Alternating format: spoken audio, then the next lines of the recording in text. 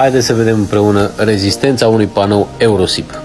Da, după cum se vede, un IBC este pus deasupra panoului cu un motostivuitor aranjat peste, este un IBC de 1000 de litri, da?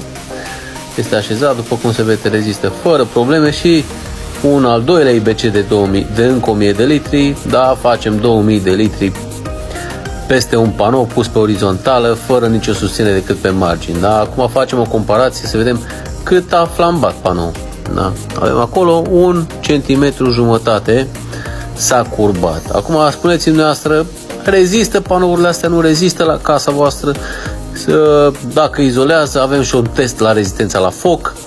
A prins domnul o torță, îl arde, continuă să-l ardă și să vedem, persistă flacăra, nu persistă.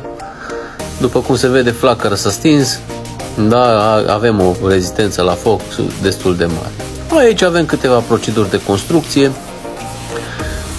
Vedem un pic cum se construiesc, cum vin panourile ambalate, da? Cum vor fi livrate la casele dumneavoastră. Avem etapele de construcție a casei, vin panourile gata debitate, modul de asamblare, de îmbinare, vedeți cum sunt asamblate, cum se fac îmbinările, da? Avem din toate pozițiile pentru a avea o imagine cât mai clară asupra procesului complet de asamblare a casei. Vedeți? Se îmbină, se fac îmbinări, se iau măsuri. Lemnul, după cum vedeți, este tratat, da, este totul numerotat, se injectează spumă pentru a reduce variațiile de temperatură, da, sau acum se găurește pentru a injecta spuma în prealabil după ce sunt asamblate, da, după cum se vede aici. Ați văzut și folia este pregătită pentru a fi prinsă. Marea majoritate e prinsă, uitați cum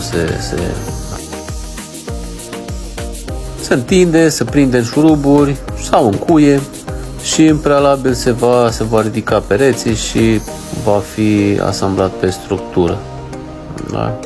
Îmbinările panoului formează structura efectivă a casei.